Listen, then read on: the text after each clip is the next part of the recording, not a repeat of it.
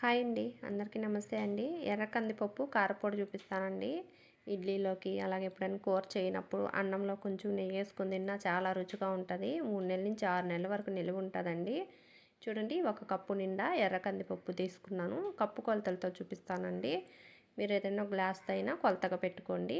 వెలిగించుకొని కడాయి పెట్టుకొని 1 కప్పు నిండా ఎర్ర కందిపప్పు వేసుకొని మీడియం ఫ్లేమ్లో కొంచెం దోరగా వేపుకొని ఒక ప్లేట్లో తీసేసుకున్నాను. పప్పులు వేగిన తర్వాత కొంచెం మంచి వాసన వస్తాయండి. ఇప్పుడు అదే కప్పుతో ఒక 1/2 కప్పు మినపప్పు వేసుకొని ఈ మినపప్పు కూడా కొంచెం ఇలాగ ఎర్రగా వేగిన తర్వాత ప్లేట్లో తీసుకున్నాను. ఇప్పుడు అదే కప్పుతో 1/2 కప్పు పచ్చెనపప్పు అండి. ఇది కూడా కొంచెం దోరగా వేపుకొని ప్లేట్లో తీసేసుకోండి. అదే కప్పుతో 1/2 కప్పు పెసరపప్పు అండి. ఈ పప్పు కూడా ఇలాగ లైట్ బ్రౌన్ కలర్ వచ్చేంతసేపు బాగా వేపి ప్లేట్లో తీసుకున్నాను. ఇప్పుడు 1 టేబుల్ స్పూన్ నిండా నూనె వేసుకొని గడ్డెంగవండి ఒక 2 చిన్న ముక్కలు బాగా వేపుకొని ఆయిల్లో ఒక ప్లేట్లో తీసేసుకోండి. 25 ఎండుమిరపకాయలు తీసుకున్నాను.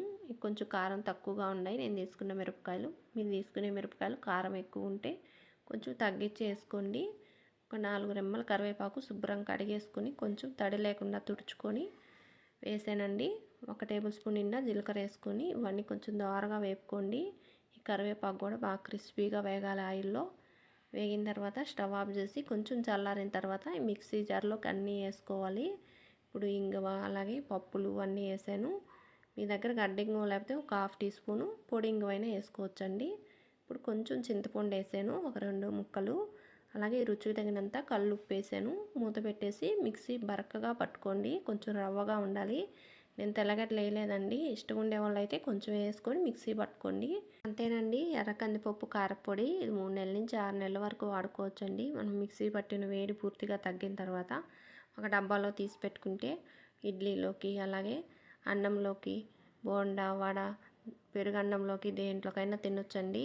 ఎప్పుడైనా కూర చేయనప్పుడు కొంచెం పొడి వేసుకొని అన్నంలో నెయ్యి వేసుకొని తింటే ఎంత రుచిగా ఉంటుందో. ఇటువంటి వీడియోస్ మరిన్ని చూడాలి అంటే మా ఛానల్ని సబ్స్క్రైబ్ చేసుకోండి. వీడియో నచ్చితే ఒక లైక్ చేయండి, షేర్ చేయండి.